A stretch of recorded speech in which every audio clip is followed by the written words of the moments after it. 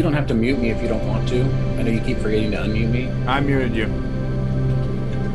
I have to because you're part of the desktop, and if you play, then You don't have to mute me if you don't want to. I know you keep forgetting to unmute me. I muted you. I have to because you're part of the desktop, and if you play, then You don't have to mute me if you don't want to. I know you keep forgetting to unmute me. I muted you. I have to because you're part of the desktop, and if you play, You then don't have to mute me if you don't want to. I know you keep forgetting to unmute me.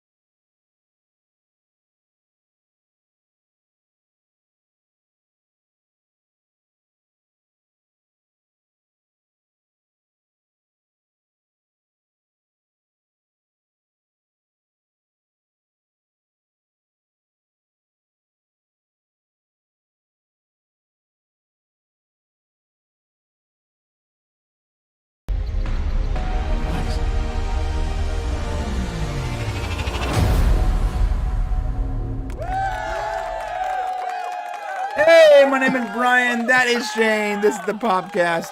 And I swear, I'm getting better at this. I promise you that. Even though I keep clicking the wrong scene.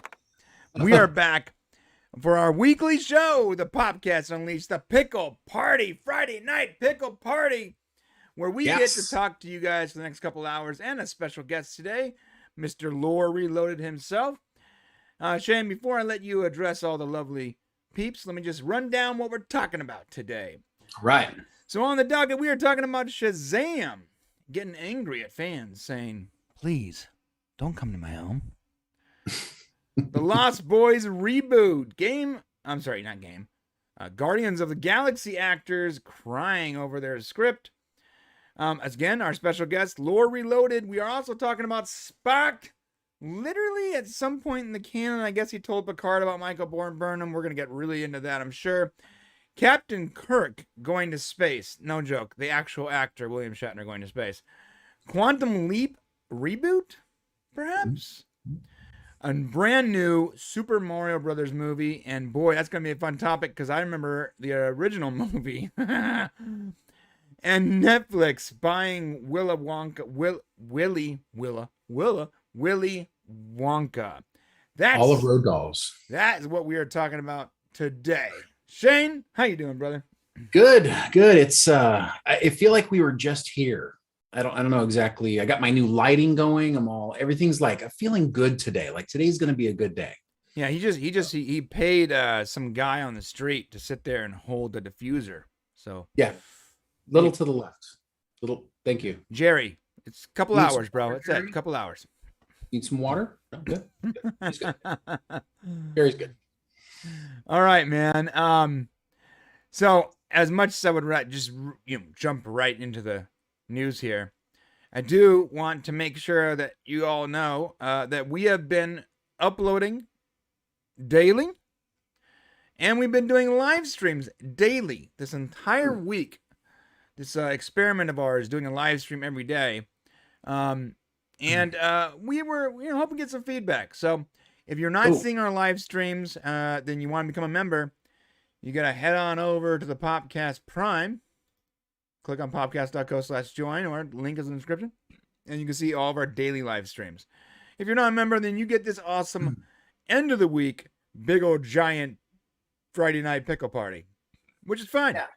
I'm just glad you're here. Yes, we're glad you're here. And by the way, guys, if you're here now, do us a favor and give us a thumbs up. Subscribe if you haven't already to the channel. Give us a thumbs up. What I learned recently is that when you have a live show, if you get a lot of thumbs ups right away, like you get a lot of thumbs ups, apparently that sends YouTube a message to invite more people. It spreads you out, I guess, to more people. Ooh. So we want to give that a try here. So try to give a few thumbs up as you come in, and let's see if we can get some more people on. Yeah, let's do that. All right. Enough screwing around, Shane. Let's jump right into it. Oh, we screwing around? I didn't know. All right, man. Yeah, we are talking about Shazam! Our boy Zachary Levi. Let me pull this article up. It's a hilarious story. I yeah. mean, sort of. Because the one thing I will say is that actors, see, social media is so, everybody's so quick on social media now that everybody needs time to slow down and think about what you want to say before you say it. You shouldn't do it while you're still in the heat of the moment of something happening. Right. Because it just never goes away. Never. And so this is actually a pretty important PSA that Zachary decided to put out. But because he did it quickly after the event happened, I think he came across a little more, what's the right word? Upset, frustrated than he probably would have liked to his fans. I don't even know if there's a nice little video down here. What's that? That guy is even when he's upset, it just sounds like he's joking. Not in this case, though. Really? Okay. Yes. There is a video down here that is about 2 minutes long, probably about a minute and a half longer than it needed to be. And basically what happened is Zachary was at his house chilling, and somebody rang the doorbell. And when he answered the doorbell, it was a young lady, like maybe a underage girl, and a little bit older girl who maybe an older sister or a mom or something. and they asked him if somebody was home, like somebody, a totally different named person, right? And Zachary just kind of looked at him, and then she like made this like fake surprise face, and she's like, "Oh my gosh, you're Shazam!" Huh, let's play it. Okay, yeah, and he was like, well, I don't know if can we play some of this? Yeah, we can play it. Yeah, it's not copyrighted. Let's let him tell the story, then we can comment. All right, here we go. Take two, because apparently my Instagram Live didn't want to post the audio that was included in that video. But to sum up, this was what the PSA, this is what the PSA is about. Please don't show up unannounced or uninvited to people's homes.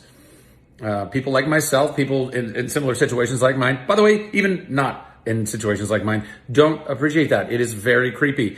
I've said this before, this has happened to me before, but just now, I don't know, 30 minutes ago or longer, but just in a moment ago, a young girl and a woman who was slightly older than her, could be a mother or an older sister, rang my doorbell. I answered. They said they were looking for Sasha. I said they had the wrong house. And then immediately the younger girl feigned, and I know she was feigning it, she feigned this realization of, oh, aren't you the guy who plays Shazam? And I looked at her and I said, I think you're lying. I think that you're not looking for Sasha. I think that you knew that I was here. And I could tell she was now stammering and really didn't have anything to say other than, oh, no. And the other woman didn't even look me in the eye or deny it. She was just looking at the younger girl, hoping, I think she was hoping that the younger girl would confess and say, yes, I'm sorry. But she did. And then she just kept going and going and going. They said they tried to find a very different address than mine, which wouldn't have been possible because we all have modern technology. They would have put in that address and not my address. And the address they were talking about is not near where I live. So listen, don't show up at people's homes. It's rude. It's unnerving. It's unsettling, and it's not going to yield the reward that you think it's going to yield, because people will know that you are lying to them, and it just makes it that you now. I feel it's very disrespectful, because if you think that I'm dumb enough to fall for the charade that you are, doing at my front doorstep, then no, that's not the case. And you feel violated, you feel creeped out, and that is not the type of fan interaction that I'm sure you were hoping for. So, and by the way, to you and your mother's maybe older sister and your getaway driver that was waiting in the car, I don't feel animosity towards you. I don't hate you. I don't think you were there to hurt me, but you really ought to consider your motives and then your decisions, and ask yourself if what you're doing makes sense, or is logical, or is kind, or considering the person that you think you're about to go have a great connection with, because you're not. It's not going to happen. It's a bad idea. Don't do it. I'm getting the light. That's my time, everybody. Yeah, he is not happy. He's not happy. You can see it, right? You can tell. It's like a little bit almost uncomfortable to watch, kind of, as he starts to kind of, I think during the middle of it, he starts to kind of realize that maybe he's turning it on a little too much here, and you can feel him kind of backtrack when he like sort of addresses them, directly in the video, saying, next time, or, the way, what he's talking about. But I think it's funny that he says here that, you're not going to get the fan interaction you're hoping for. The connection, yeah. And he's right, because I'm sorry. I mean, you have to, I could see as a dare going up to somebody's house, but this is why famous people have big gates in front of their houses with cameras, and I'm kind of surprised he doesn't, to be honest with you. Yeah, well, he's living in like apartment somewhere. I mean, yeah, by the way, like, we're joking about it, but yeah, listen, if you know where any type of celebrity lives, don't go to their house. Whether it's maybe it's not, maybe it's just someone you admire. Maybe it's like some game streamer or something, and they're not even that famous, but you like them. If you find out where they live, like, don't go to their house, don't swat them or whatever. Like, reach out through the normal channels if you want to communicate with them, because people, there's personas online, and in movies and on TV shows and all that, and that's like the character they're playing, or that's the person that they want the public to see. And that might be someone that might be the persona that they're selling to the public. whether they're a streamer or a celebrity or whatever. But when they're at home, that's their private persona, and they don't want anybody to see that, and they don't want to be accosted at their home. And it's probably not, you ever hear that term, never meet your heroes? Yeah, like most of the time, they're not going to be who you built them up to be anyways. So True. it's easier to interact with them at fan events when they've turned on that persona that you expect, because you're not going to get what you want out of them anyways, except for now you're just harassing them in their apparently apartment. I don't know. This guy makes a lot of money. What's going on? Well, who said? Did he say apartment? I mean, they just walked up to his front door. Well, maybe he's just not in a gated area. Maybe he didn't do the whole. I mean, there's a lot of people's houses you can walk up to. Shane, you're not rich and or a celebrity, and people can't just walk up to your front door. Well, I pay for that privilege, but yeah, but most people, like we drove by Tom Cruise's house. Believe it or not, it's not as locked down as you would think Tom Cruise's house is. The difference is Tom Cruise's house takes up like an entire block. Like, you can go to Tom Cruise's house, no problem. You sort of can. I don't know if you can actually. I don't know if you can get to the front door. Can we pause this real quick? But there's a lot of people who are like on the borderline. Like the thing with Zachary is like he's Shazam, right? And then he was Chuck, but I don't know if he's not like Bruce Willis level. He's not super famous yet to where he needs like security. Maybe now he does. But yeah, so interesting thing there. I just think that if he would have waited a little bit longer to think about this. I think he made this right after it happened. Well, he said he made it literally right like after a half an hour or whatever. Yeah. I would give it like 30 minutes. Tell the story once to somebody else and get that venom out of you, and then share it with your fans. Because I will be honest, I love Zachary, but that did come across a little bit not the way I think he wanted it to come across. Yeah, I find it funny too. He's like, "Well, I'm getting a light, so I gotta go." That was actually like his significant other being like, "Yo, cut this off, bro. You're looking good. Can you stop ranting about the little girl that came to your house?" But no, he's right though. He regardless of maybe if he should have waited a few minutes, he is right though. Don't just show up at people's houses. That's 100% right there. But that. He did an Instagram live thing, I believe, which is why, like, hey, record that thing, bro, and then upload it somewhere. Yeah. Hold off a little bit. But the whole like celebrity live thing is always confusing to me. Like, why do you have to just go live? Why don't you just record it? That way you can play it back and be like, oh, cool, yeah, that's a nip slip, or maybe I shouldn't have cursed, or that was a racist slur. So many of these celebrities get in trouble when they go live. Like Cardi B once went live and like she was really racist and accidentally showed her private parts, and then she had it taken down. But once it's live, look, guys, I don't care if you can take something down. It's out there. It's on the internet. Once it's on the internet, it's on the internet. Period. The end. Yeah, and what's funny is they can actually. Well, it's easier to take it live. So I see why they want to do it, because it's like, boom, I hit a button, I go. Now, if you record it, now you got to upload it. Now you got to talk to your tech guy or whatever and try to figure it out. So it's not always as simple. It's not that hard. My 9-year-old can do it. So.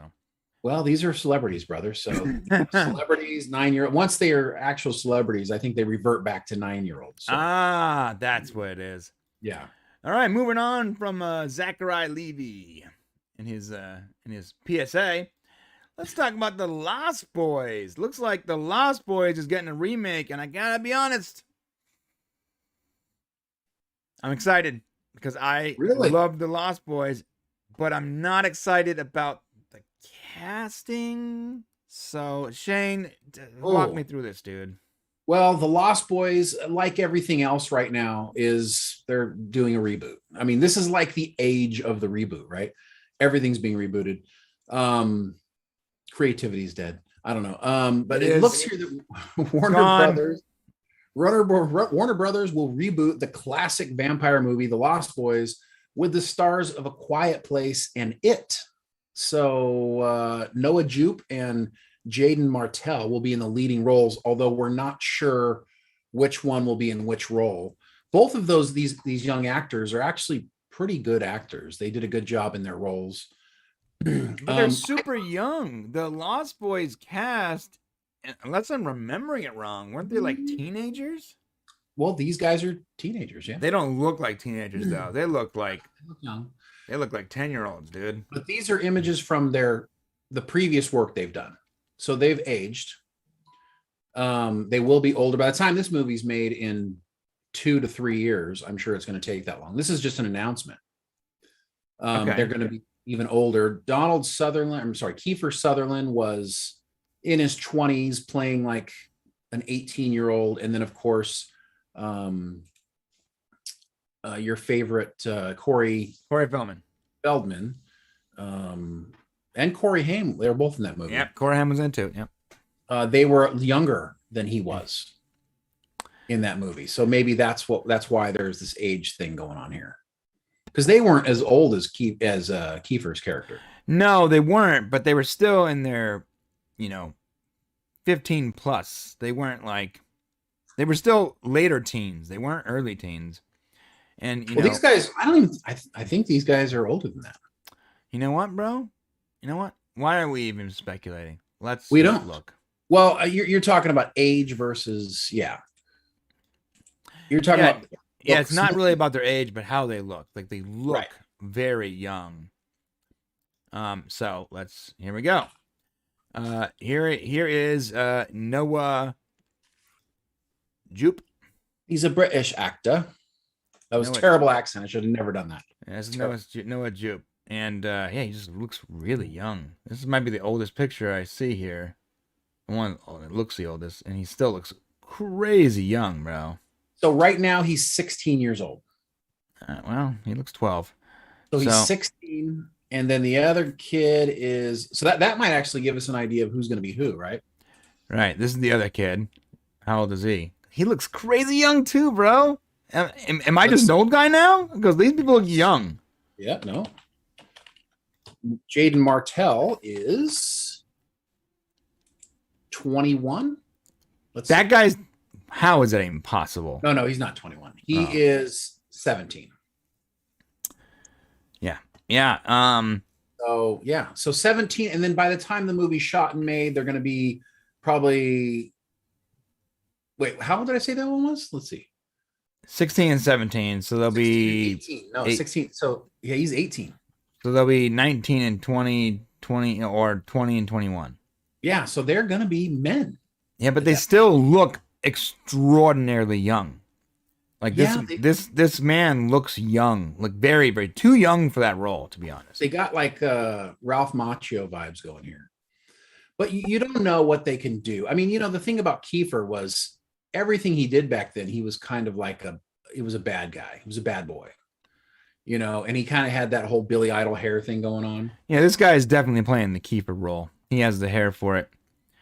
And this guy is playing the Corey Feldman role for sure. You can tell, like one looks like, oh, that's the good boy, and one looks like, oh, that's the bad boy. But they still look like bad boy elementary grade, not teenagers. I'm not trying to be rude. They legitimately look like elementary school children to me. Well, you got to admit though, Corey Feldman looked really young for this movie. I think Kiefer Sutherland was the older one. So if Kiefer Sutherland was, now here's what's interesting. Kiefer Sutherland was, this movie was made in 1987, and my internet is not going to be nice to me. Kiefer Sutherland was born in 66. So he was 21 when that movie came out. So he was 20 when it was shot. Can you believe that? Kiefer Sutherland was only 20 years old, 19 to 20 years old when that movie was shot. Same age. That's young, but look at the younger character here. He still looks a lot older than those other guys do, man. No, not true. What are you talking about? It's the hair. It's the long hair. It's not true. I don't think so. Corey Feldman was born in 71. He was 16. That means when he shot the movie, he was only 14 or 15 years old when he shot the dang movie. And man, you could totally tell here who's playing who. Like the curly brown-haired guy playing that character. That would be my guess, yeah. And the straight blonde-haired guy playing that character. Kiefer Sutherland. Who is this? Which one? What actor is this right here? Oh, I'm sorry, the one on the left, the curly brown-haired guy. Oh, in the picture? Yeah. That is I always forget. that Jason Patrick? He was actually the main character, right? Because Corey Feldman was like the vampire Yeah, he hunter. was the other guy. Yeah. Yeah. I think that's Jason Patrick as Michael. Man, this guy is not aged well. Jesus. What is happening? Hey, he had a hard life, bro. Bro, we're the same age. I don't look like that, do I? You're not the same age. I'm not? I thought we No, were. no. He was born in 71, so he's 2 years. Oh, okay. So he's more like your age. He's 46. He still looks ancient compared to you, though. Like, you look younger than that guy does. Like, Thank he has you. wrinkles on wrinkles, bro. He looks like a grandpa. Wrinkles on wrinkles. When I was in high school, people used to say I looked just like Corey Feldman. You did. I mean, you did. Yeah. There. They thought I looked like that Corey Feldman. I guess I did. Yeah. You did. You did I a lot. really hope I don't look like him when I'm that age. No, I don't think it's going to happen. I'll be honest with you. I don't know if The Lost Boys needs to be reboot. I mean, it's cool that you're excited about it. It was a good movie, but I think the movie kind of still stands up today. Yeah, well, I'm not excited about it after seeing the actors. Mm. These actors are good though. No, they're great actors, and they were great in A Quiet Place. They're great in It. I loved It, but they were supposed to play little kids, and they were really good. They have to carry this movie. They didn't carry A Quiet Place, and I gotta be honest, they didn't really carry It either. The kids all together were able to carry that movie, but like none of them individually were able to carry the movie. And That's true. What's that? That's true. You're right. And then obviously Skarsgård, whatever his name is. Just the clown. Yeah, excellent clown. It. But yeah, together they were able to pull it off. But like individually, no go. And Quiet Place, I mean, dude, it definitely wasn't the kids that made the movie. Like they were they might have been the vehicle for the acting to happen, but it was definitely the adults. So, now you're gonna make a movie of a remake of a beloved cult classic, and you're gonna put, these kids are gonna have to carry that movie, and they look like half their age. I don't know. Yeah, you know what? I'm taking that back. I am no longer excited about this film. I actually would rather it not happen. I know they say, why do you care about reboots happening? You still have the original. It's not like when you make a reboot, it just overwrites the original, right? Well, no, It doesn't overwrite the original, or it doesn't overwrite your experience of it. But now, let's say you want to introduce your kids, right? Well, which one do you introduce them to, right? The newer generation is no longer going to be looking for the original movie. They're going to be looking for the reboot, which, in my opinion, probably does lessen the quality, not the quality, but the popularity of the original. And the original deserves to be popular. It's a good movie. Okay. Well, and so what's interesting is they have Jonathan Entwistle on board to direct this film. And Jonathan, he's been going since 2009.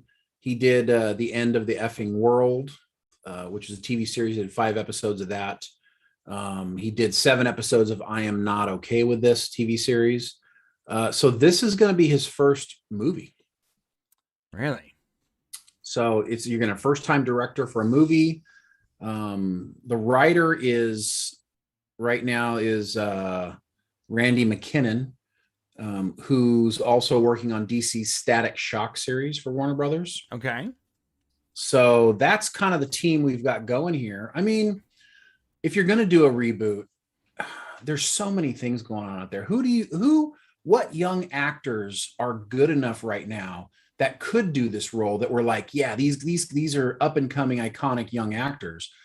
I can't think of anyone outside of maybe these kids that would play well in these roles, unless you go older and get people in their 20s. I mean, well, but that's what you should do. At least for the Keith Sutherland role, you need to get someone in their early 20s to play that younger, because he has to look like he's young, but have like the experience of an older. It works. Yeah, That's true. Well, maybe he'll pull it off. Maybe maybe the kid from It will make a good. Maybe we haven't seen his ability to be a. Yeah. What about Jack Dylan Grazer, bro? What's he in? I had to look it up. The guy from Shazam. I don't know. He played the cripple. He's great. He's older now. He would definitely. Yeah, he can pull that off. Maybe Tom Holland can pull it off. Tom Holland can't do anything like that right now. He's Spider-Man, and that's it. That's true. Yeah, it's true. He's period the end. He's Spider-Man.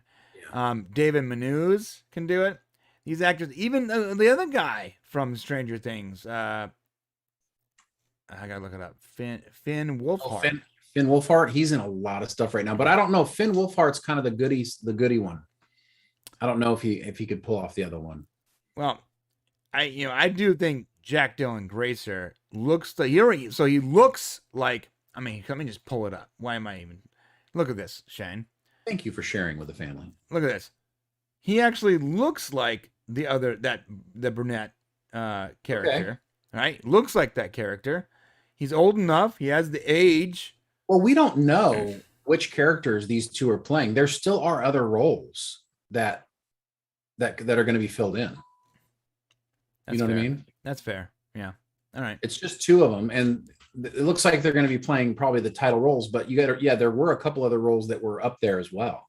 The ones we remember are the Kiefer Sutherland and Corey Feldman roles. Yeah, this guy looks like the title role. He actually looks like the character already. And that guy had humor. This guy has humor. He's a good actor. He looks the part. But you know what? I'm not the studio, because if I was the studio, there's a lot of movies that wouldn't have happened. So, you know what I mean? I know what you mean. I would have been like, hey, yeah, you know, guys, that's a bad idea. Let's not waste your money on a movie that's not going to make any money because fans will hate it. But I'm going to, who knows what they're thinking? Maybe they're just trying to pad their tax. Maybe it's a tax write-up before the end of the year. I don't know.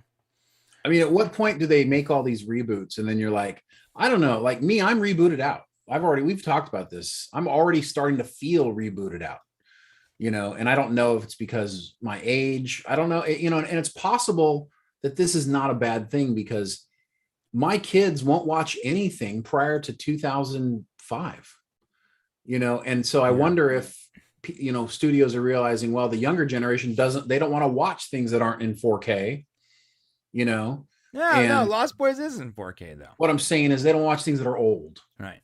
My kids are constantly complaining that 1987 was a long time ago. Yeah, I don't like watching TV shows from before like 2002 also for that same reason, because the quality is just garbage. But movies are different because they're all encompassing. It's not, a lot of TV shows deal with current politics, right? Or current, what's happening in the world, current social issues and stuff like that. Even science fiction and comedies usually have a lot of pop culture references, or they're dealing with something current. A movie is usually like this, all-encompassing individual story from beginning to end, for the most part.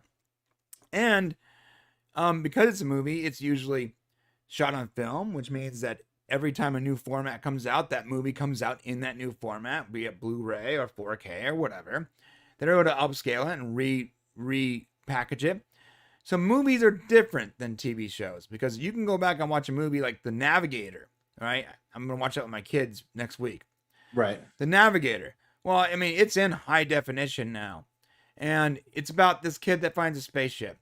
And maybe some of the graphics might be a little outdated, maybe. Well, yes, they definitely are. It's not maybe about it. It is. Well, I'm talking generally, though. I'm using that as an example. So maybe the graphics might be a little outdated. But the quality is still there, but the story is what's important. It's not specific to that time frame. It's an encompassed individual package story. Right. But you have to get them interested long enough. And this is something I'm dealing with constantly with mine. Maybe you can bull years into doing it, but for mine, I put something on, and the moment it pops up and it looks old, they're just completely disinterested. They just go away. So I don't know if that's common for, a broader, maybe it's just my house, or maybe that's everybody, but I know for a fact if I try to put on The Navigator on Disney Channel, my kid's grown, oh, an old dad movie, and it's like, so I wonder if it's, they're rebooting these things for a new generation because the stories are good. The Lost Boys story is good. The Navigator story is good, but people want to watch a newer version. I don't know. I get that. I totally get that. When I put Back to the Future on for my kids, the first 15 minutes I was explaining everything like a YouTube commentator and using a zany voice. Yeah, and to get them interested, right? Yeah. And once they were totally aware of the universe and the characters and the relationships, then they were able to invest themselves into the story and enjoy the movie. Until it got to the point when he was trying to sleep with his mom, in which I had to pause it, tell my kids to get popcorn, and then quietly fast forward at about 6 minutes. Well, he wasn't trying to sleep with his mom, but she was trying to sleep with him. Right. But I forgot. I'm like, oh, wow, this movie's rated PG, and his mom is thirsty as hell. So thirsty. Uh-oh. Messed up my headset. Can you hear me okay? Yeah, I can hear you. Yeah, I was like, oh, man, she's like looking at his underwear. It was like, this is not appropriate for kids. That's right, God. Calvin Klein. That's right. Hey, Calvin, I noticed that was written on your underwear. Like, damn. I'll play Marty. Yeah. I love that. His reaction that was so good. It's like, he looked terrified. Where are my pants? So many problems going through his head at that moment. All right. Enough about that. Yeah, let us know what you guys think about that Lost Boys. Are you interested?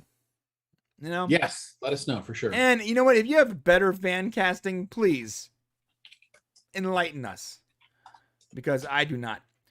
Let's talk about Guardians of the Galaxy actors. James Gunn specifically reacting to the Guardians actors crying over a volume 3 or part 3 script.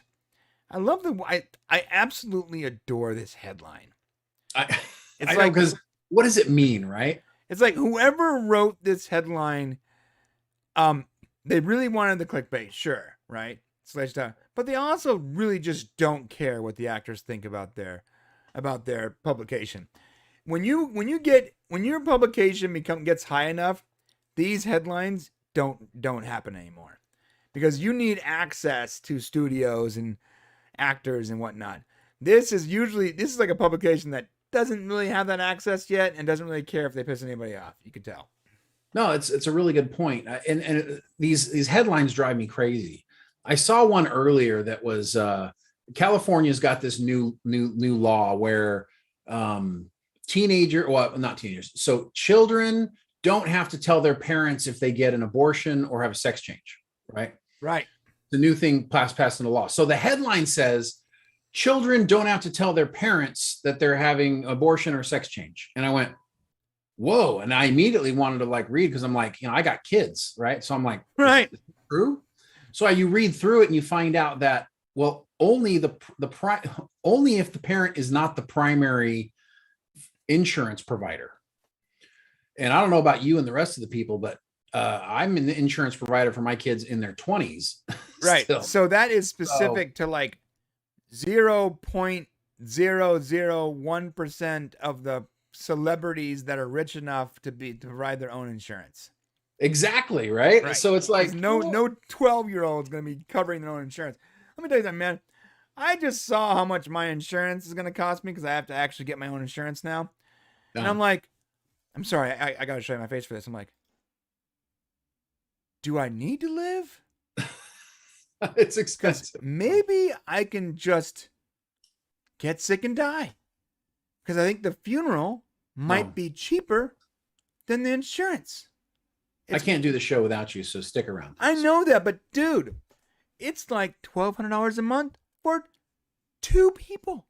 It is. It's expensive. I didn't even put my kids in there. I am worried about when I mark my kids down for the application, what that price is going to be. I feel like they're just going to demand annual organ donations or something. Well, the good news is there's a family plan and there's a single plan. So when you get it, you get a family plan. Don't matter how many family members you have, it costs the same. Thank God. So you got single and family. So you're good. 2 is Thank the same as 5. I was busting out that black card that I haven't ever used because I'm afraid of what happens when I use it. I'm like, somebody comes to your house. I'm about to get this insurance and just my life's gonna end right there. Jesus, I mean, dude, it's insurance. Insurance in this country is so garbage. I don't know how we're getting on this topic, but it's just so inflated. It's nuts. What happened to the good old days? I don't know. It's not like an old man right now, but dude, there used to be a time where you can walk into a doctor's office, tell them to ask for a checkup, and pay cash for your checkup. Oh, here's your $90 for my annual checkup. Oh, I need a prescription, $10. You paid a fee to the doctor's office. You paid them cash for your. I mean, the insurance industry has inflated the prices to the point where, yes, you can still do that, but the prices are so astronomical that it's not remotely reasonable. Sorry. This was I was giving an example of why the Guardians of the Galaxy title was. Sorry, let's go back to that. I apologize, guys. Sorry. No, you're talking about important stuff, and we probably should talk about it at some point. So this is interesting because people are crying. So it says, now that Marvel's Phase 4 is moving forward with Gunn back in the fold, the director has kept fans updated on his progress for the threequel. Oh God, I hate that so much. What is that word? I hate that. Don't do that, please. Just say trilogy, bro. What the hell? Progress for the 3, like, is like prequel or being smart? It's so stupid. That's a bad word. That's not the direct.com. You guys need to watch yourselves. Love your headlines though, guys. Keep it up. Yeah, don't do that either. So he did have a few responses to the cast reaction to the Volume 3 script. In an interview with Yahoo, Karen Gillan, who plays Nebula. Hold up. Can we look at the storyboards the way he's talking about? I don't know. I don't see it's right here. See any images? Yeah, he teased the storyboards. Oh, well, that was a script, yeah. He said he teased the storyboard. It's on his Twitter. Yeah, it's on Twitter or it's in Instagram. Which you can probably find.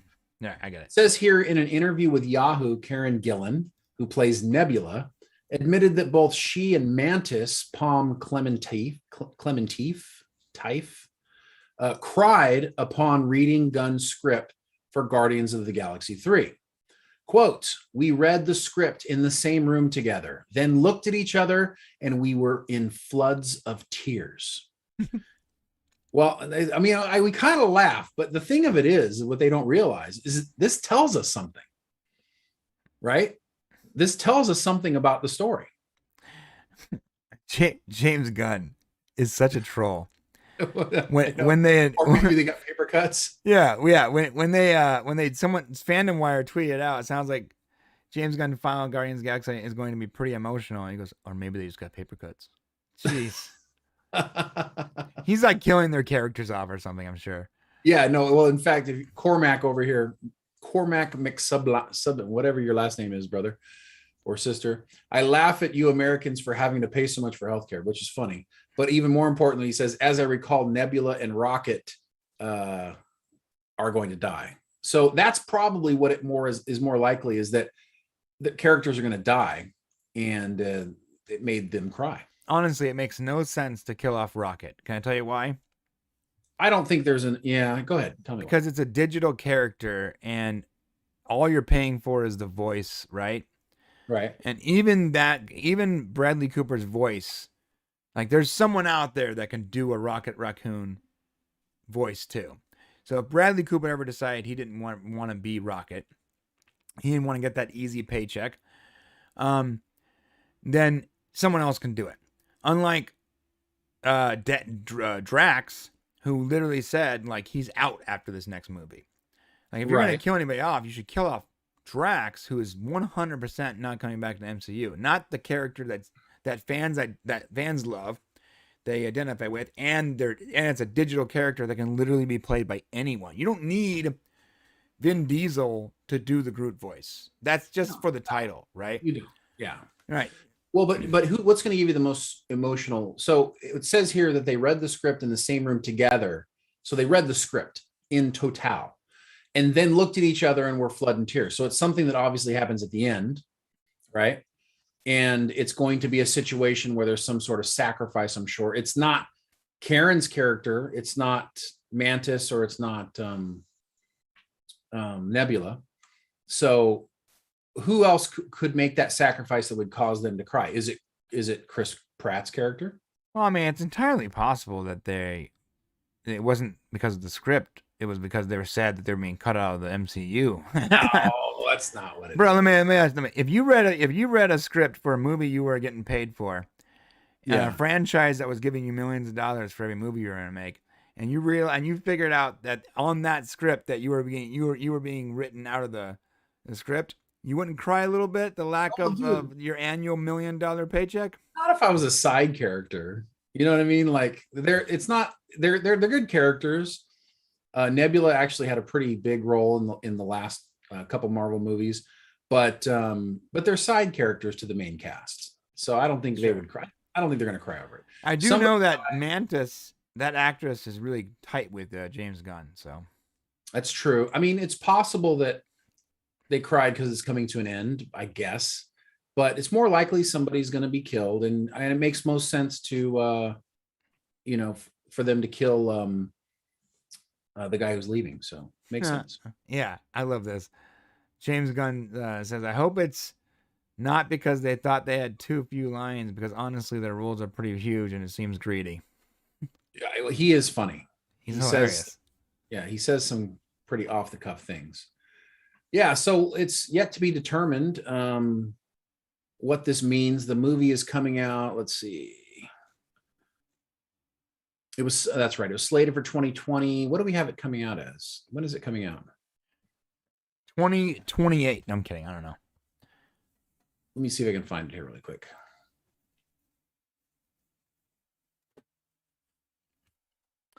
Yeah. See, Drax Bautista has implied several times that Volume 3 will likely be his final.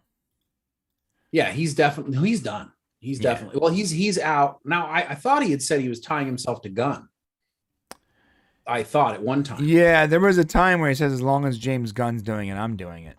Right. But I think that might have been when Disney temporarily fired him, and we got and which was great for us, because he went over to Warner Brothers and made the Suicide Squad, which was great.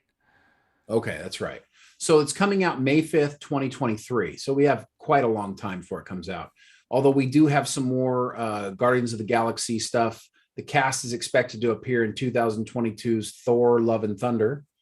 And then there's the Guardians of the Galaxy holiday special on Disney Plus. And that's all before Volume 3 arrives in theaters. Is it me, or is Love and Thunder just like, I don't care at all?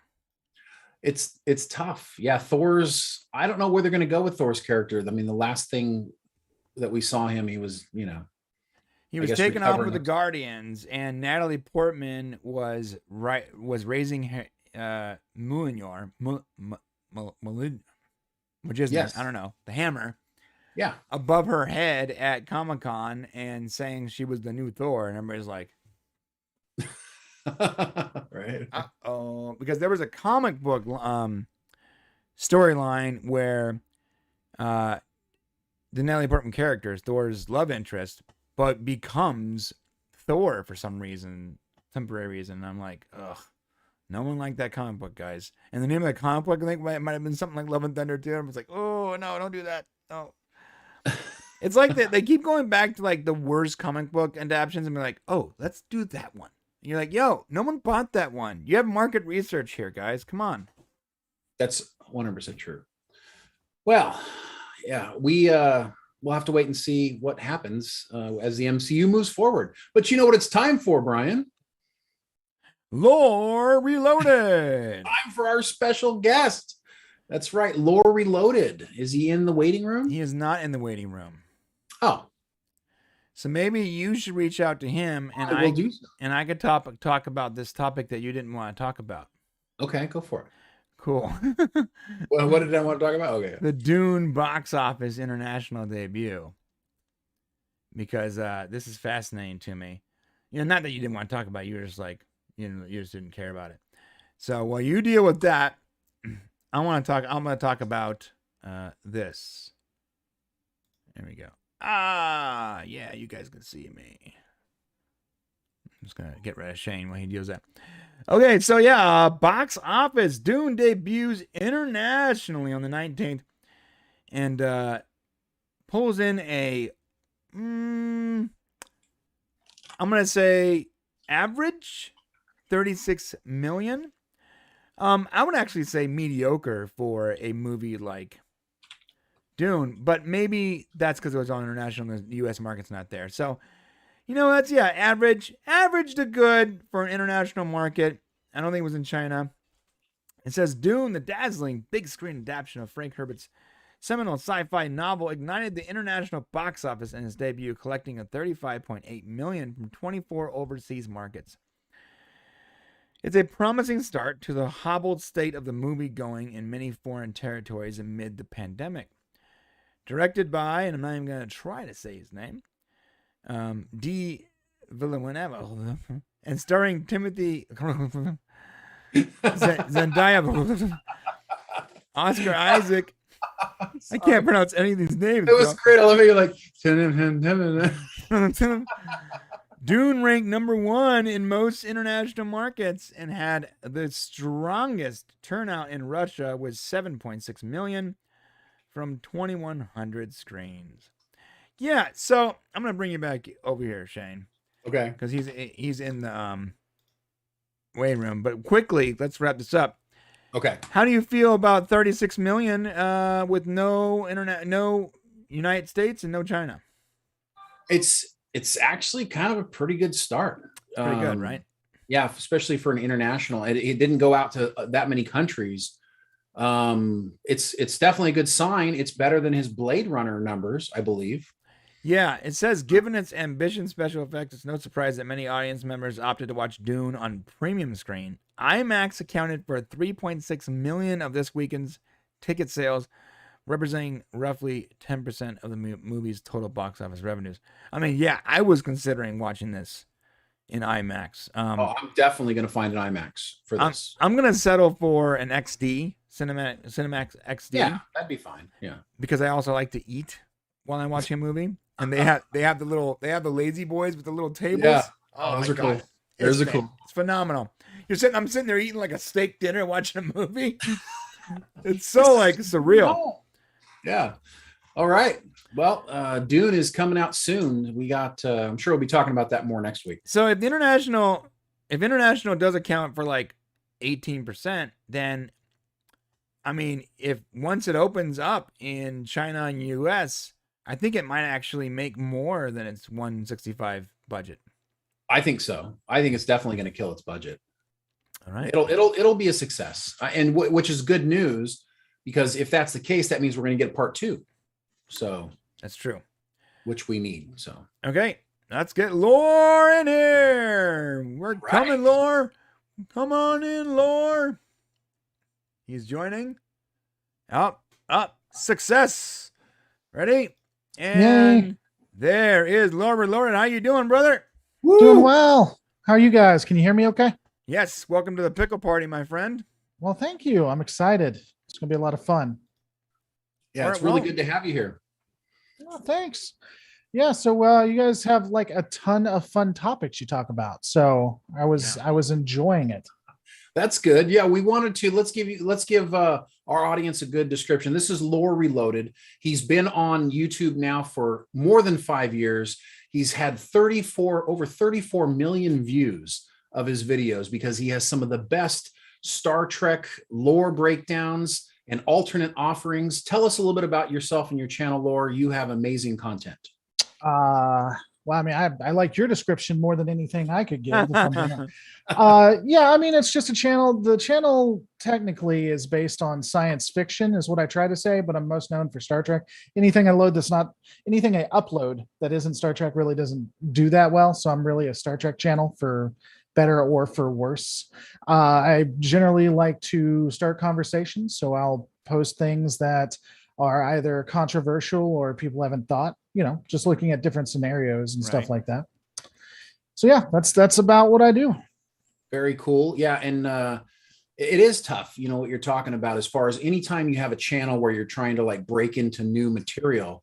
It's YouTube has us niched so much that once you're successful in something, it's really hard to do something else. Yeah, it is. You know? Yeah, I don't know if there's any real way to fix it, but yeah, once people start watching you for one thing, that's what the algorithm pulls out. And then if you post something that people don't watch, then it's not going to promote it. So you're basically stuck. That's why I tell people when you do YouTube, find a niche that you really, really like and then go for that. Because that will be your life forever. That will, as long as you're on YouTube, it will, for sure. You know what's funny is everybody always refers to us as the Stargate channel. And it's so weird to me because we've made 5 Stargate videos and 1 doc. So we made a documentary and 5 Stargate videos and 1 documentary. And so that's 6 total videos. And we've made like 127 Star Trek videos. So I don't know what's going on, guys. I'm confused. You guys do anything other than Stargate? I mean, I don't. So that's the only reason I watch.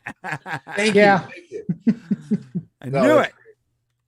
So you do a lot of deep dives. I was looking at some of your recent videos, and I love how just there's such a deep cut. If you love Star Trek, you really have these wonderful deep cuts about. I mean, I love this how Section 31 defeated Bashir. I mean, you really have to be a deep cut Star Trek fan in order to get into this stuff. And how do you decide what you're going to do, and where do you get your ideas from? Yeah, that's so the channel first actually started out just doing like breakdowns, like starship breakdowns, basically schematics or going through the battles or whatever. But there's only so much of that you can do and only so many ways. And so after I went through basically chronicling Star Trek, I watched it so much that I began seeing other things that may have not made sense or things that looked kind of odd. And so I'll just go through various episodes and, you know, basically try to look at it from a different standard. So Section 31 is pretty popular. So I went back and looked through the episodes, and I saw maybe Section 31 ultimately won when you add everything together.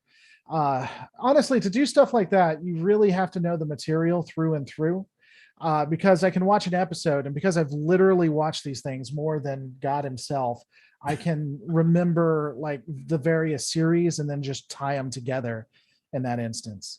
Some of it too is commentary when people do messages, like comment on a channel, it'll spring an idea, you know. So yeah, again, just watching the stuff and noticing things and knowing this information that will never help me. Once I stop doing YouTube, all of this information I'll know to the end of my days, but will never help me in anything else. So on that note, what is your favorite Star Trek series?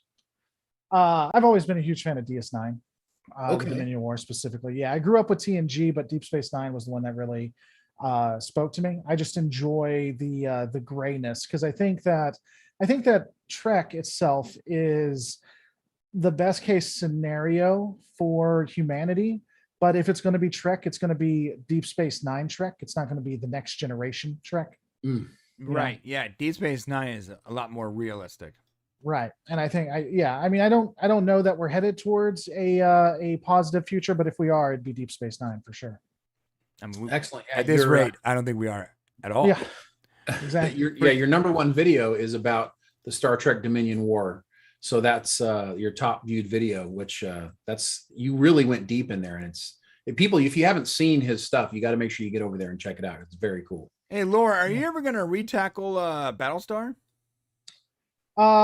When I'm comfortable enough financially, yeah. When I don't have to worry, again, it goes back to that. So I do uploads of different science fiction stuff, but it's more when I have a little bit saved up and stuff, because again, to upload Battlestar Galactica, Babylon 5, The Expanse, is to say, you know what, I want to take a hit to income. Right. It's all about the art.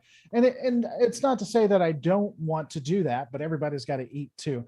I think at the end of the year, we'll probably see Babylon 5, a little bit of Battlestar, maybe Expanse, and definitely StarCraft, because I got to get that finished. That sounds cool. Yeah, I wouldn't mind if you skipped The Expanse. Wouldn't bother me. A lot of people like it, but it's one of those things that I feel like I have to know it as well as I know Star Trek to really give it justice. I Not an really liked The Expanse fan? Expanse when it first started, and then it but you kept going. I haven't watched the last couple of seasons. I thought it was good, except for the proto molecule. I was a fan of it. Yeah, and one of our first Expanse videos actually did really well. And you can tell that Shane and I were both really into it. Right. And then our second Expanse video didn't do very well because you can tell that by the time we got to the second one, we weren't as much into it anymore. We were like, it's okay.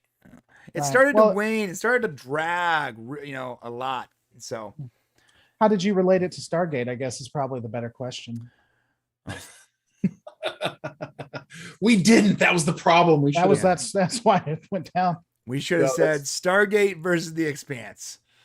So let's get your official take on the whole, new Star Trek world that we're living in now. How do you feel about it? Give us your take on kind of where we're going in the Star Trek universe and how you feel. You cover mostly older Star Trek stuff. So what do you feel about the new stuff? Well, actually, that's kind of I don't really necessarily as much as you'd think. What I do is the channel was created on the basis that I was going to do Alpha Canon, which was something I don't think was being done at the time. So you had Space Dock, you had Trek Yards, you had Templin Institute. But what they do is when they would talk about something, they throw everything in. So they throw it from the books, from the games, from the show. And so my shtick was, first I'm a jerk, but beyond that, I also just stuck with what was canon, what's on screen as it was. And I still do that, which means that when I talk about things, I actually include everything, including the Discovery stuff. So like the most recent one has the Discovery stuff. I think I included Discovery in the Dominion War because I revamped it. I did it a second time. So, when it comes to Discovery, or when it comes to Disco Era or whatever, the new Trek, when I first started, I really did not like it. I think they're getting better season by season. And it's just something that, you have to accept ultimately. So it's here to stay. It's going to be in this format. I do think they're getting better. They started out horrifically. The first season was the most divisive season of all Trek. Yeah. Anything you pick out in Trek, that was the one that split the most and caused the most derision.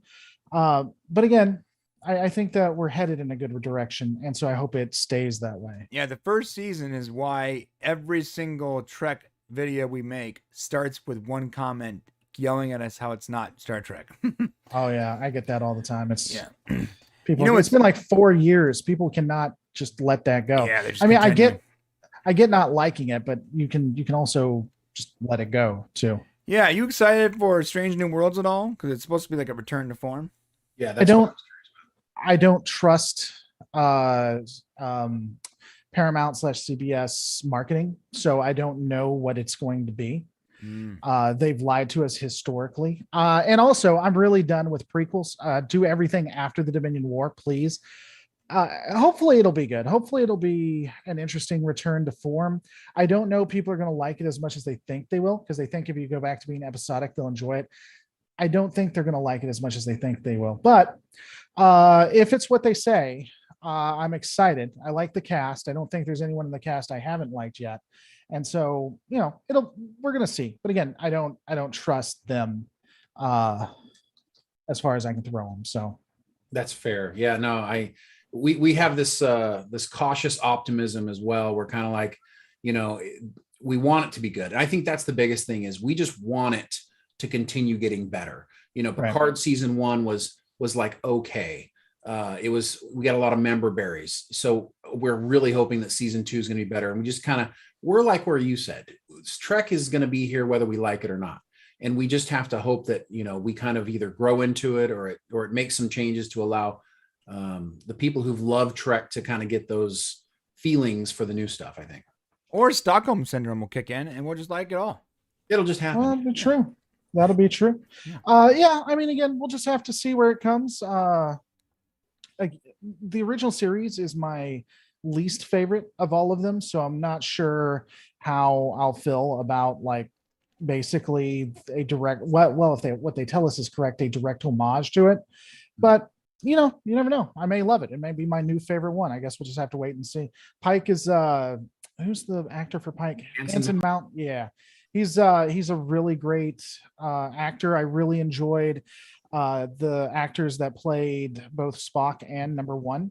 And so I think that if those are the three leads, it'll be pretty stellar. And he's a great captain. He he expels, I'm a captain of a starship. And you're like, I buy it. Well, and with the exception of Spock, the other thing I like, well, there's two things. First off, Salty Trekker brought up something that was interesting. One thing that brings it down is that most of the characters we know won't die or get hurt or anything. So it's limiting in what they can write. Oh, yeah. So that's one of the negatives of a prequel. Like I know Anson Mount gets hurt gets hurt on a ship. And I know that he'll be in the original series. So if at any point they show him dead, he's not going to stay dead. Yeah, there's no way. That said, beyond that, they are basically blank canvases with the exception of Spock. And so they could do with whatever they want with Pike. They can do whatever they want with Number One. And we don't have to worry about it being some kind of retcon, Yeah. What do you think about the fact that they're bringing on, it appears they're bringing on a Khan descendant to be part of the crew of Enterprise? Have you seen that? I haven't. Who's the Khan descendant? Yeah, it's a new character. It's La'an Noonien Singh. And she is, we don't know exactly who she's going to be. All we know is the name of the character. And of course, that's Khan's name. And so unless it's not that, then it's going to kind of be interesting. But the fact that Spock was there during Space Seed in the original series and would have been aware of this whole situation makes it, we find it interesting that they're going to possibly bring this character in, and Spock, a younger Spock, is going to have this interaction with his character. And that we think that might cause a little bit of trouble if they go that way. But it's interesting that they're bringing in like Uhura, and they're bringing in Nurse Chapel. They're really trying to fill out this this universe with characters we're familiar with. So, we just have to hope that they do something good with it, and we can get into the story. It's the best thing I can see coming down the line at us. So let's keep our fingers crossed.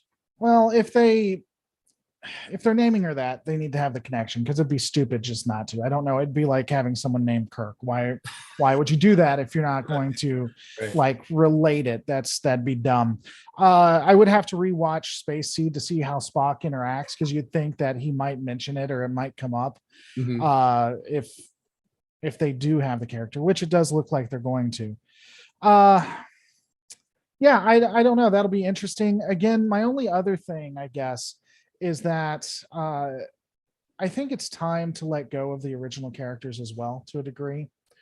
And so they need to just create new characters as well. I mean, I know it's exciting that we get to see Uhura or anyone else, but we need new characters. We need Stamets. We need Pike's OG, but we really don't have a lot about him. But yeah, I think you need to let go to a degree, I agree. Yeah, I totally agree. Brian, I think it's almost time to go over to the member section. Can you stick around with us, Lore, and go through a couple of stories with us? So we've got a nice one. Yeah, we're going to be talking about Spock. Apparently, he told Picard all about Michael Burnham. Yeah, that'll be interesting. Yeah. Okay, so just so you know, if you are watching on the Popcast Unleashed, we are going to go, we are already on the Popcast Prime, the members section, but we're going to be leaving this stream and continuing the stream on the members section. So if you want to get over there, head on over to the link in the description down below, or you can just go to popcast.co/join and become a member, and you can watch the rest of the show. I will leave the audio on this for a while, but when I get tired of hitting that audio button, I will stop and the stream will end for you, but we'll continue for the members. So if you're not a member, come on over to the members section, podcast.co/join. And also make sure you guys check out Lore Reloaded on YouTube. After this video is over, go over there.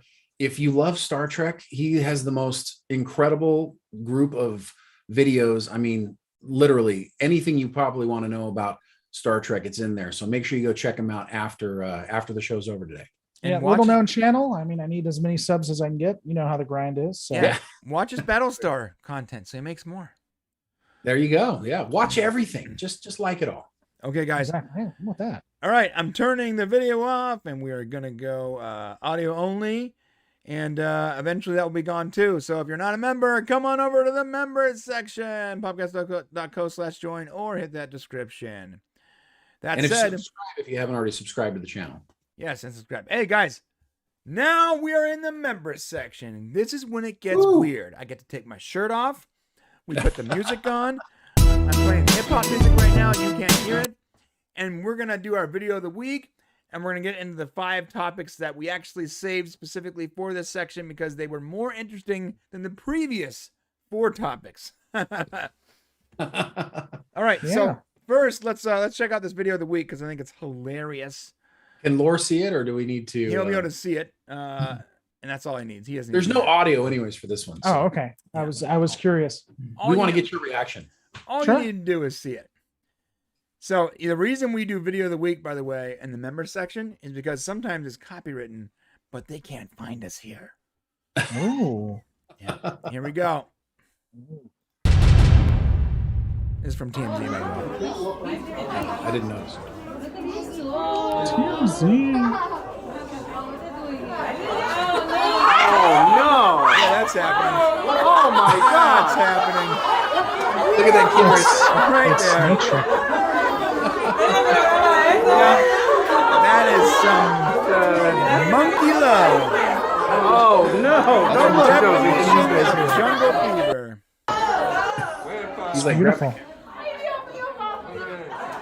Okay, and he's done. Wrapping it up. Okay. It's beautiful. I would like to believe that when he gets up, he goes, "Hey, Bobby, thanks, appreciate it." Just like that. I was shocked that TMZ had that as their go-to video today. So do you not watch TMZ a lot? Is that what I don't. Shane follows TMZ religiously. I was gonna say that seems pretty standard for TMZ. He gets the TMZ magazine. That was something special. I'll give you that. Well, we are in the members section. That's true. Which means we can say and do whatever we want, man. Is that true? Party. Let's just get weird. I don't think so. But we do have to address Ken here, who has been typing and waiting patiently. Ken said, "What if the insurance provider is your work?" Oh, he was talking about earlier when you were talking about. With the thing with the kids, right? Yeah. Oh, interesting. I don't know. I What don't do we- have an answer for you, Ken. Good job, Ken. There's an answer he did not have for you. I vaguely remember, but what specifically is tying it to it again? No, Like, there was a story about we were just reacting to this headline. This was like an off topic of an off topic, right? So Right. basically, Shane brought up a story that he read that children can get a sex change without telling their parents. That was the headline. Then when you read the story, it was like, without telling your parents if the parents aren't the primary insurance provider, which would only affect like 0.0001% of the super rich celebrity kids or something. But I don't know about that, Ken. Also, Ken says, I can understand why he would be like that. Oh, you were talking about... Okay, so we'll save that. Okay, listen. Our first story of the day was handpicked by Shane to be a part of this conversation with Lore, because Lore's what's your real name, Lore? James, sorry. I keep getting. do you with generally James- dox people like in your members section? From, what's that? I was giving you a hard time. I said, do you generally dox people in the members section? Oh, or- do you not? I've given my first and last name. I just want to see your response. Okay. Oh, I'm yeah. just kidding. Actually, yes. You can find James at this address.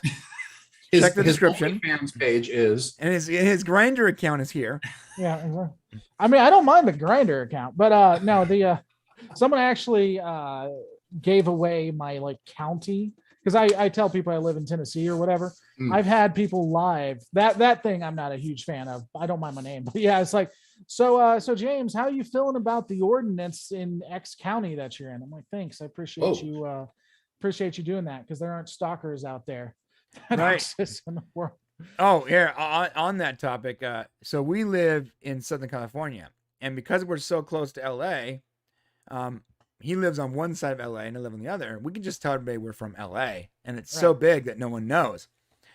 But when we first started doing the show years ago, on a completely different channel, we actually gave out like our address for people to send stuff to us.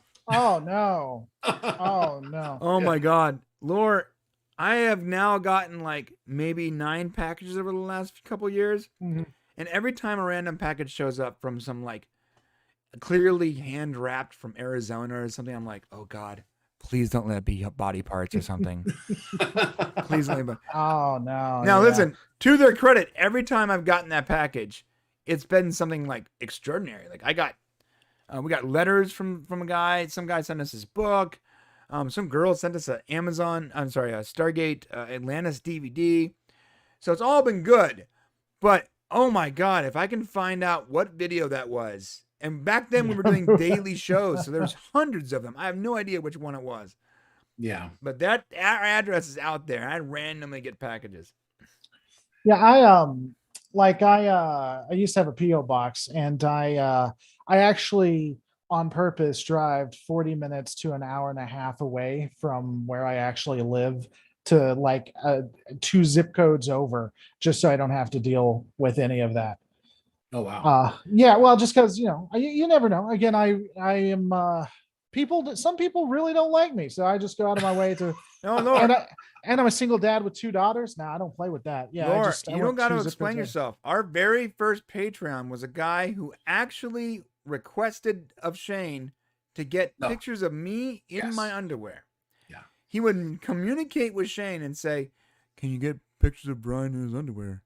And Shane's like, I'll ask him. Well, I said I do have pictures of him in his underwear, but I don't think I can share them with you. The guy was so weird. He would give us like a $20 super chat and tell me to dance, bro. And I'm like, I mean, I'll dance for $20, but it'll take a lot more for in my underwear. I mean, it's possible. But you dude, could it was possibly so get me in creepy. my underwear, but man, that's a 4-digit number. It was so creepy. I'd be 4-digit like, I'd be dancing, and I'd be like, I don't feel good about this. You say it just like that. I don't feel good about this at all. Oh man. So let's get on to this first. Shane, you have something to say? Yeah, so I was going to set it up, but if you want to, go ahead. No, go ahead. I'm tired of talking. Yeah, this actually just popped. This is actually really recent news. Apparently, there's the Autobiography of Mr. Spock. It's a memoir, and it was written by, let's see, what's her name? Una McCormick. And it just came out on September 14th. And basically it's Spock's memoirs. And he apparently inside them wrote to Jean-Luc Picard and told all about the secret of Michael Burnham and USS Discovery.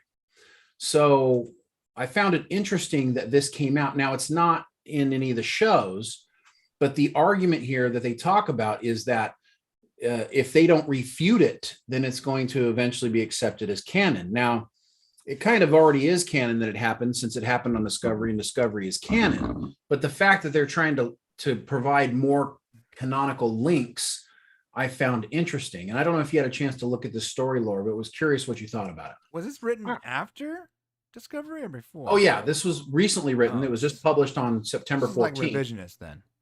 It's like they're adding to the connections to make it more canonical. I got it. And because the writers of the show contribute to this book, it's almost like it's connected.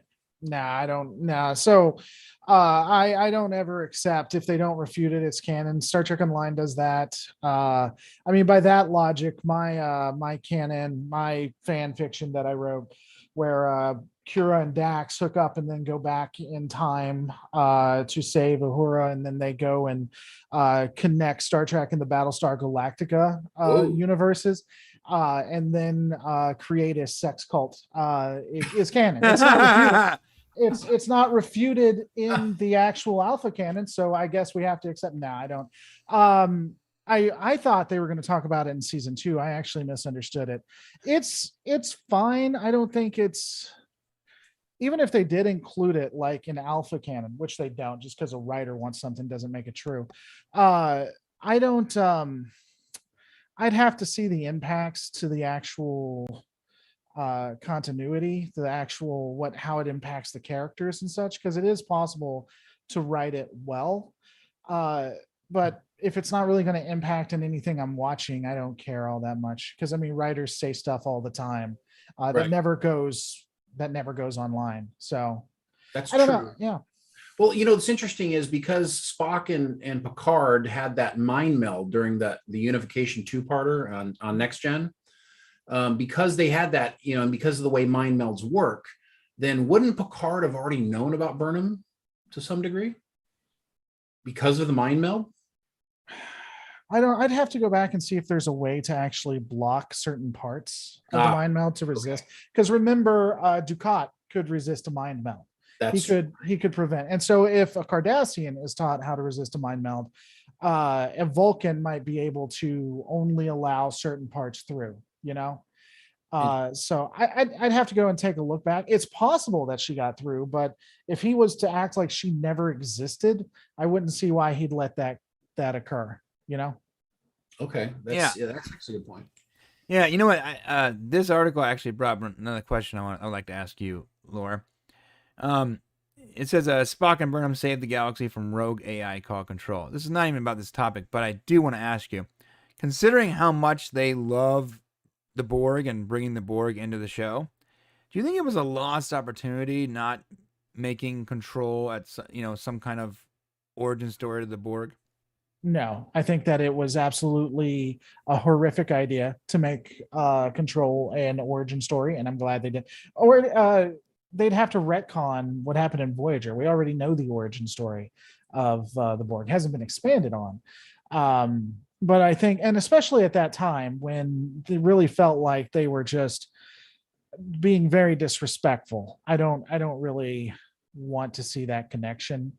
It already has issues in and of itself, because again, we have yet again another era where Borg-like technology exists, and yet in the Next Generation, they're somehow completely surprised by the assimilation process.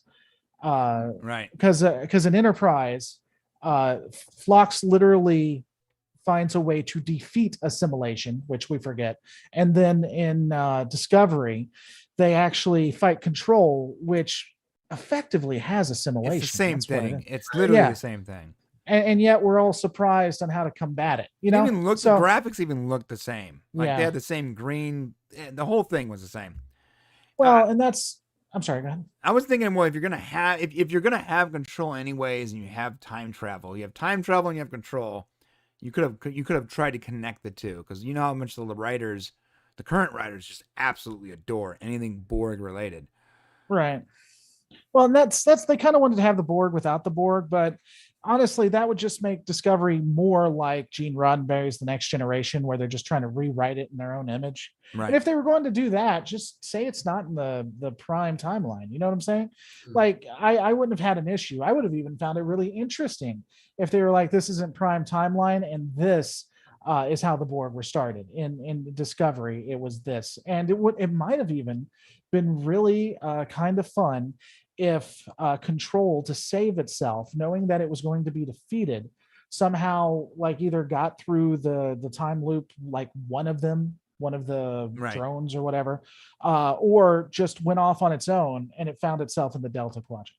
Like when JJ expanded Section 31, I thought that was really interesting. I like the fact that a more militarized Starfleet, because of what happened with the Naradu, however you say it, the Romulan mining ship. That caused Starfleet to be more militarized, and because of that, Section 31 now has installations in like libraries. You know, I think that's an interesting concept, and it's not prime timeline, so we're not worried about breaking any continuity. Yeah, you know what? You're totally right, because right now the What If series on Disney Plus for Marvel is super popular, and they could do whatever Yeah. they want. They can rewrite history, characters, whatever, and everybody loves it because it's what if. It has nothing to do with canon. Yeah. They could have literally just made that. If Discovery was in a different timeline where the rules don't apply, but the familiarity is there and the writers have a lot more freedom to do whatever they want, I don't think you would have seen as many people upset about that first season, because they would have almost literally nothing to complain about. Right. You know?